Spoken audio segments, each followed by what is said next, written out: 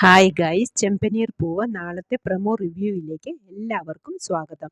അങ്ങനെ വർഷയും കൂടി പറഞ്ഞപ്പോൾ സ്വന്തം വീട്ടിലേക്കല്ലേ സച്ചി ഏട്ടൻ അപ്പോഴത്തെ ദേഷ്യത്തിന് പറഞ്ഞതായിരിക്കുമെന്ന് കരുതി രേവതി സ്കൂട്ടി എടുത്ത് വീട്ടിലേക്ക് പിറന്നാളിന് പങ്കെടുക്കാൻ വരുന്നു. കുറച്ചു കഴിഞ്ഞതും സച്ചി തിരിച്ചു വരുന്നുണ്ട്. രേവതി രേവതി എന്ന് വിളിച്ചുകൊണ്ടാണ് സച്ചി വരുന്നത്.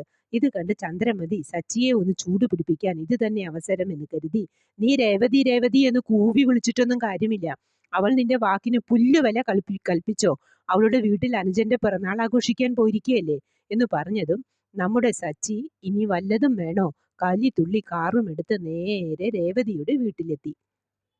ഈ സമയം രേവതിയുടെ വീട്ടിൽ ബർത്ത്ഡേ ആഘോഷം കേമമായി നടക്കുന്നുണ്ട്. കേക്കൊക്കെ മുറിച്ച് ശരത്ത് രേവതിയുടെ വായിലൊക്കെ വെച്ചു കൊടുക്കുന്നു.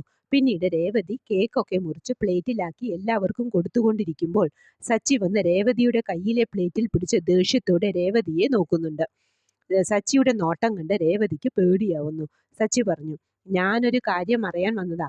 ഞാൻ കല്യാണം കഴിച്ച രേവതി എന്ന് പറഞ്ഞ ഒരുത്തി ഇവിടെ ഉണ്ടായിരുന്നല്ലോ. അവൾക്ക് എന്നോടാണോ അനിയനോടാണോ കൂടുതൽ സ്നേഹമെന്ന് സംശയമുണ്ടായിരുന്നു.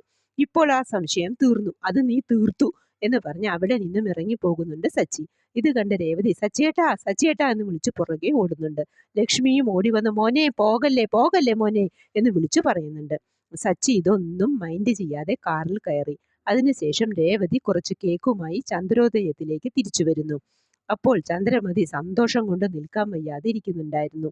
രേവതിയെ കണ്ടതും ഇനി നീ എത്ര ദിവസം ഇവിടെ ഉണ്ടാവുമെന്ന് എണ്ണാൻ തുടങ്ങിക്കോ എന്നും പറഞ്ഞ് വെല്ലുവിളിച്ചുകൊണ്ട് അകത്തേക്ക് പോകുന്നു. രേവതി ആകെ സങ്കടപ്പെട്ട് കേക്കിന്റെ പാക്കറ്റും പിടിച്ച് സിറ്റ് ഔട്ടിൽ തന്നെ നിൽക്കുന്നതാണ് പ്രമോവായി നമ്മളെ കാണിക്കുന്നത്. പ്രമോ ഇഷ്ടപ്പെട്ടുവെങ്കിൽ ലൈക്ക് ചെയ്യാനും ഷെയർ ചെയ്യാനും സബ്സ്ക്രൈബ് ചെയ്യാനും മറക്കരുത്. അടുത്ത ഒരു എപ്പിസോഡിന്റെ പ്രമോവുമായി വരുന്നതുവരെ കാത്തിരിക്കുക.